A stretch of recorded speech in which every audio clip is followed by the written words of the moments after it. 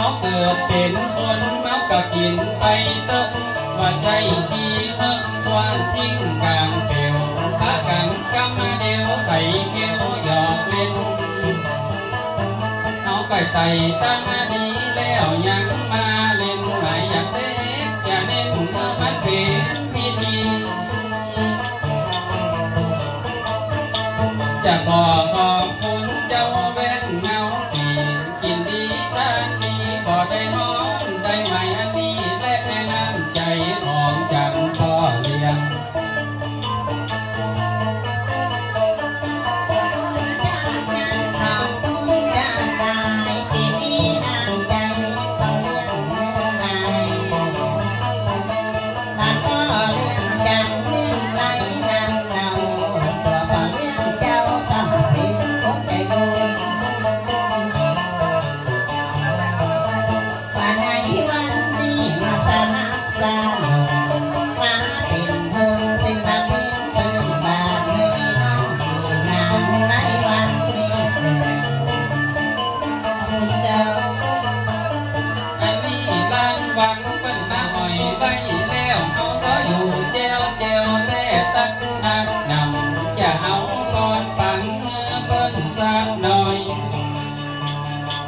ขอบคุณป่อไหลเจ้าป่อนาอ่อนมอยเจ้าจีดอกซอยตะกี้เอามาตามจะขอบคุณแต่เนื้อเหมือนกันเงินรางวัลของแม่อุ้ยพ่อแม่เพิ่นนั่งพออดิศรนาคน้องได้จบเงินไทยมา200 บาทคนจบ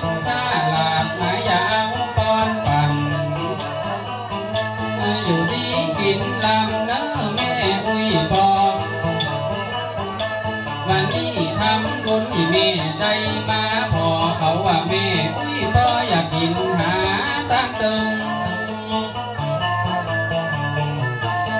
เงิน200นี่ได้ไปถึงได้ไปถึงบ่ได้บุญหัวเนื้อแม่อุ้ยบัวในวันนี้แล้วลอยไปเล่นซื้อเอาหอนตาไปเกิดไปทำแม่อุ้ยก็ซื้อได้กันอย่างพามมาหาสามุตนานใหญ่แม่ซื้อเอาเหียนั้นขี่ลงไป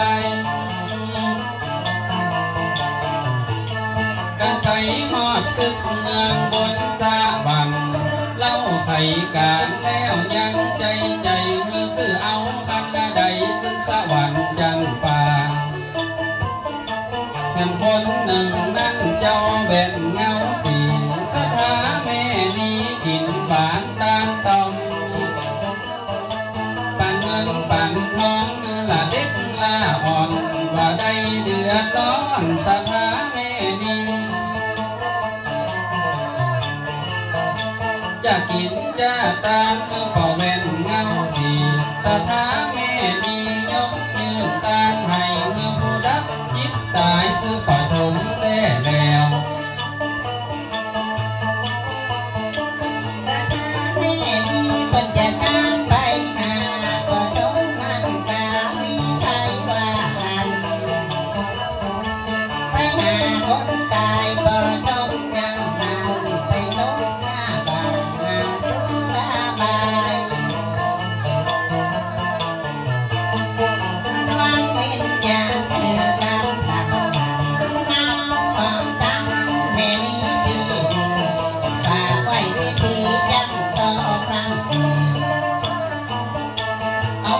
ไฟนี้บนเวทีการผ่าน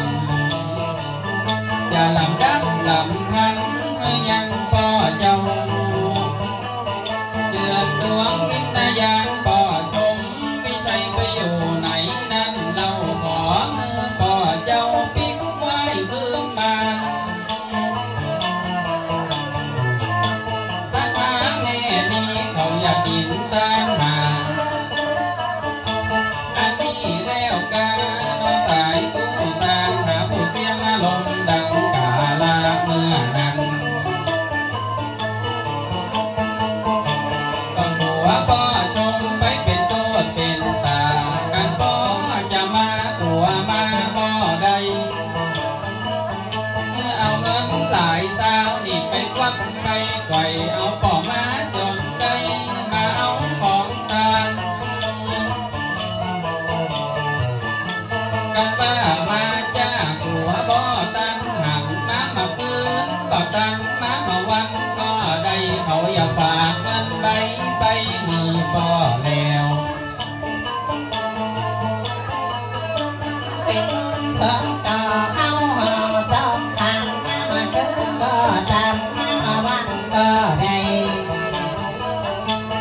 ไปทำเหนือพ่อก็ไปบ่ได้หล่นไปจำใจน้องมันไปหล่นว่าดวงวิญญาณที่ข้อมูลเสยมาลงให้ดังความบานมาหับของตามในวันตั้ง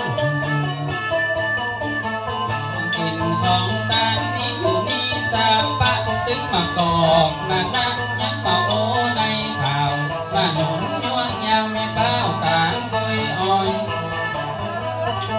สาปะของตาลูกหลานกาดาเอาไว้นั่นเรียบร้อยเจ้าจีดอกซอยมีแถวโอยเป็นเรือเขาเกี่ยมไว้มดซึ่งเขาซุกเขาสารน้ำอ้อยน้ำตาลแล้วยังว่าอันจะตานเงินตานคำไปมือแม่คุยว่าการสังเกตสำเร็จเสร็จการวันนี้เขาอยากตานแล้วเนื้อหักเจ้าวันพูดพระสงฆ์เป็นจะมายามเจ้าจะมาจังสวดกุศลคุณตาเขาจะได้มอบอับอุ้ยเหมือนกันกลายเป็นกระบันลังซึ่งสวรรค์จันทร์ห้องจะไปนัดไปทองเก้าห้องจันทร์ฟ้า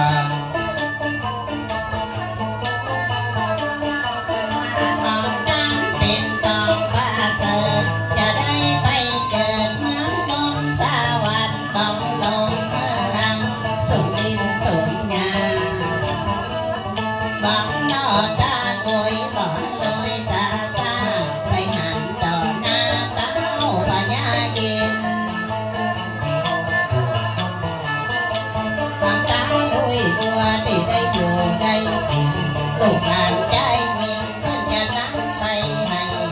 หาซาไหลเมืองบนจันทราอีพ่ออีแม่เพิ่นก็สร้างมานักการสองสารักนั้นก็มีความหมายท่องกระตานมาได้จากสอนองเนาบางห้องเขียนจดหมายมานี่แต่เราห้องตายไม่ตายเก่าเขาก็เอามาตานซึ่งมดซึ่งมวนนี่มันมีความหมายบรรลายายเป็นเส้นเป็นการลำดับลำพันในวันนี้แล้วห้องต่างซึ่งมดจะมีกี่ประการจะถามแสงจันทร์เขาเหียสร้างตัง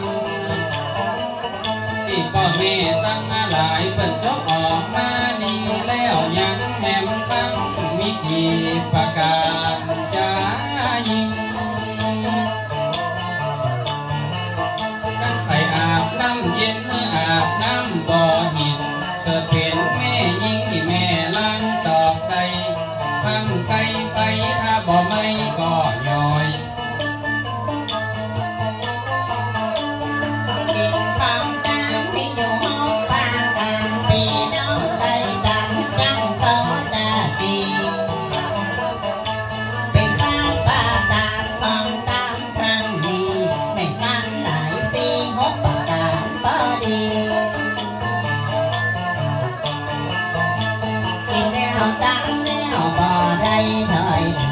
ป่อเมยท่านีไตไปใจใจเขาว่าน้ำบ่ไหลน้องในเดียวเขาว่าคนจบมาปกใส่คนชาลานี่ก็เก่งมากมากเมื่อนายแม่จ่าคนมีปัญญาได้มาสอนห้องอันที่สอนจำสอนนี่สำเป็นละอ่อนมันก็หูใจความแล้วยังตั้งใด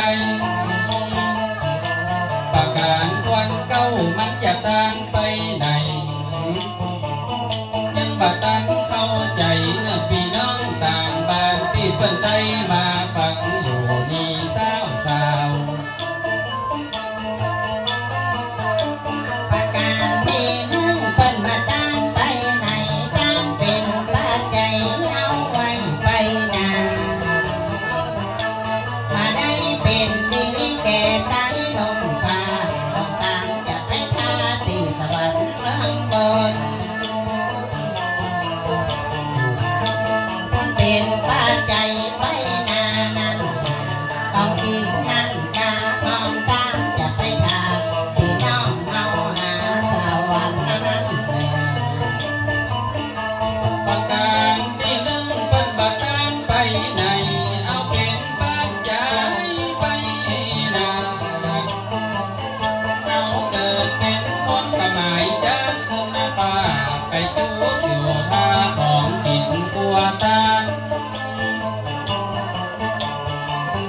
แล้วประการที่สองแล้วน้อเหมือนกัน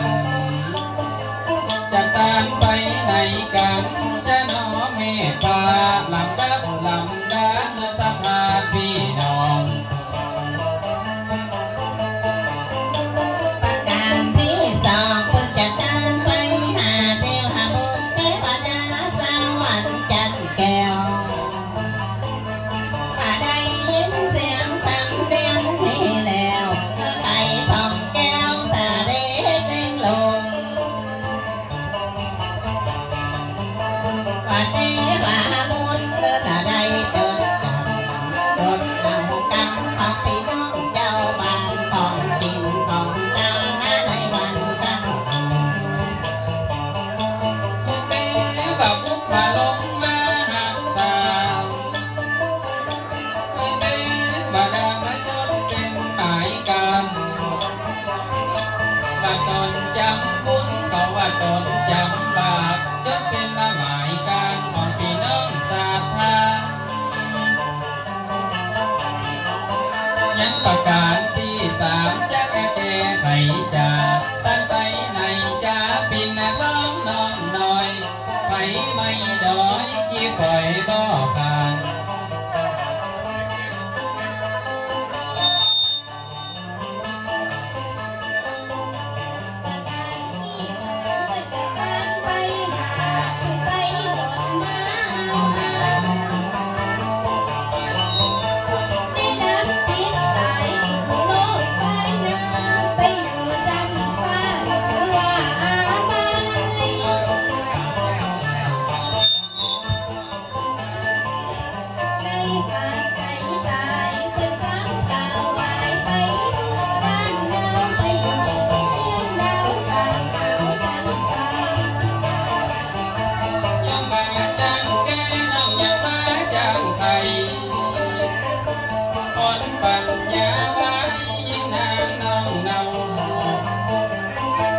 ประการที่สี่ในวันนี้เราเมื่อตัวน้องเน่าตอบมาดังก็สอบไปเติมมันจะไปเป็นอย่างที่เป็นดังดาฟังพี่น้องเจ้าบ้านน้องไปตอบคำถามเจ้าพี่